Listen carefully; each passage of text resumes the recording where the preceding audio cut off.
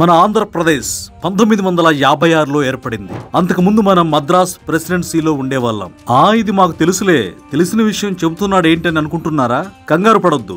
మన ఆంధ్రప్రదేశ్ ఎప్పుడు ఏర్పడిందో మన పులివెందుల ఎమ్మెల్యే వైసీపీ అధ్యక్షుల వారు చెబుతున్నారు. ఒకసారి వినండి. రాష్ట్రం ఏర్పడినప్పటి నుంచి ఇప్పటిదాకా 1923 1923 నుంచి 2019 దాకా విన్నారు కదా. ఆంధ్రప్రదేశ్ ఏర్పడింది 1923లో అంట.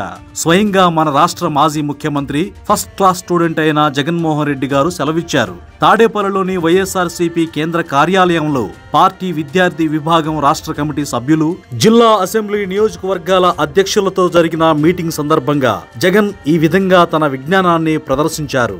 ఆంధ్రప్రదేశ్ ఏర్పడింది 1923లో అని ఇంగ్లీష్ లో ఒకసారి, 1923 అని తెలుగులో మరొకసారి నొక్కి మరీ చెప్పారు. ఈ వీడియో చూసిన నెటిజన్లు వ్యంగ్యాస్త్రాలు కురిపిస్తున్నారు. మొన్న ఏఐ అంటే డేటాకు మైండ్ అప్లై చేయాలని, కరోనా వచ్చినప్పుడు బ్లీచింగ్ పౌడర్ చల్లుకుని పారాసిటమాల్ వేసుకుంటే తగ్గిపోతుందని, అదే విధంగా 32 కేసుల్లో నిందితుడిగా ఉన్న జగన్ లాయర్లతో కూర్చొని న్యాయాన్ని కాపాడాలి అని మాట్లాడడం, బాబాయిని చంపిన అవినాష్ను పక్కన కూర్చోబెట్టుకుని సౌమ్యుడు మంచివాడు అని చెప్పడం, ఎన్నికల ముందు 1000 కోట్ల రూపాయల ఆస్తి ఉన్న బుట్టా రేణుక గురించి ఆర్థికంగా అంతంత మాత్రమే అని వ్యాఖ్యానించడం లాంటివన్నీ జగన్ నోటి నుంచి జాలువారిన రత్నాలుగా, ముత్యాలుగా ఆంధ్రప్రదేశ్ ప్రజలు సరదాగా గుర్తు చేసుకుంటూ నవ్వుకుంటున్నారు.